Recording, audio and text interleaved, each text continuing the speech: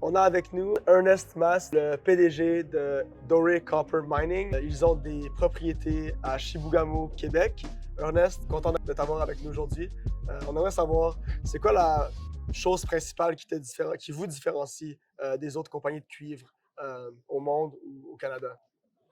Merci beaucoup. Bonjour tout le monde. Alors, notre projet proche de Chibougamau, c'est différent en quelques aspects des compagnies régulières. Par exemple, nous avons beaucoup d'infrastructures. Euh, c'est- Nous avons des opérations anciennes de Ressources Campbell et des autres compagnies avant. Et alors, nous avons des chemins. Nous sommes connectés au réseau de Hydro-Québec. Nous avons une usine. Nous avons, par exemple, des accès souterrains à les gisements principaux. Alors, ça va nous donner un avantage grand. Une autre chose que nous avons un peu différent est nous avons le teneur plus haut de cuivre, presque de tout le Canada, avec un gisement de plus de 8 millions de tonnes. OK. Puis vous êtes situé à Chibougamau, au Québec. C'est quoi qui rend cette ville aussi spéciale dans l'industrie minière? Chibougamau, c'est vraiment une ville minière. C'était construit dans les années 50 avec le commencement des opérations des mines. C'était après la connexion de Chibougamau au sud du Québec, au Ladoré, Saint-Félicien et Roberval. Et alors, quand je suis dans la ville et je parle avec les citoyens, presque tout le monde, ils ont une connexion personnelle à les mines. Ses oncles, sa tante, son père, sa mère, qui a travaillé dans les compagnies. Alors, c'est vraiment dans le sang des personnes de Chibougamau qu'ils sont associés avec les mines. Oui. Puis c'est ça, en termes de propriété, je sais que vous en avez en ce moment. Est-ce qu'il y a des nouvelles propriétés que vous regardez? Oui, récemment, nous avons annoncé une acquisition. C'était un terrain de 3000 hectares. C'était autour de la propriété que nous avons, Joman. Et dans cette propriété, il y a quelques indices de l'or. Et par exemple, il y a une veine qui s'appelle Norhart. Et la veine Norhart, il y a plusieurs intersections, plus de 20 grammes par tonne de l'or. Nous sommes en train maintenant de faire une modélisation de euh, toutes les forages qui ont été faits. Et avec ça, on va définir qui sera les cibles et qui sera notre programme de forage au futur. OK, oui. Puis j'ai une question un peu plus générale pour vous.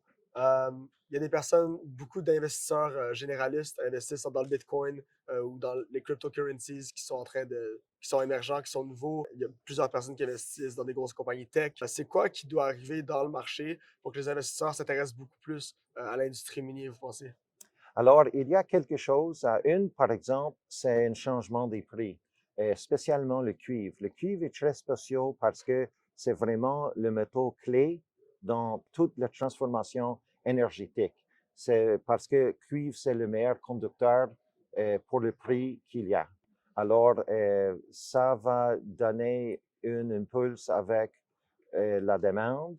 Avec la production de cuivre dans le monde, il y a dans quelques endroits des défis très grands.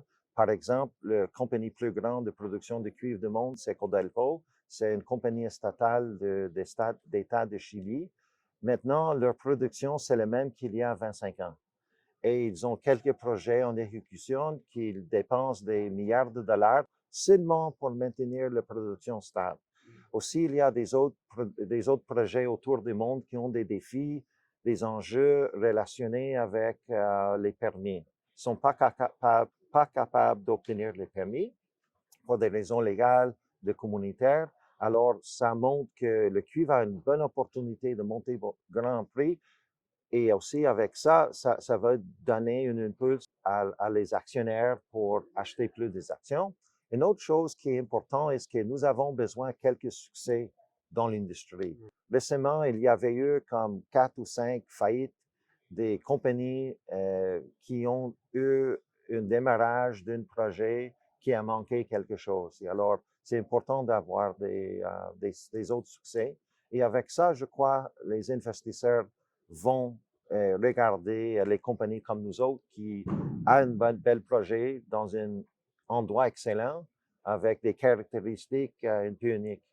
Ouais, donc c'est quelques histoires d'horreur qui font peur à des investisseurs généralistes, qui font en sorte qu'il y a moins d'investisseurs qui s'intéressent aux mines. Est-ce que vous avez quelque chose d'autre à ajouter à l'audience avant qu'on termine cette interview? Oui, oui. Et nous avons des nouvelles qui s'en viennent. Nous avons un programme d'exploration où on va tester plus le gisement Corner Bay, mais aussi le gisement Cedar Bay. Et aussi, nous devrions avoir quelques nouvelles positives au respect de la faisabilité que nous sommes en train de faire. Alors, merci beaucoup pour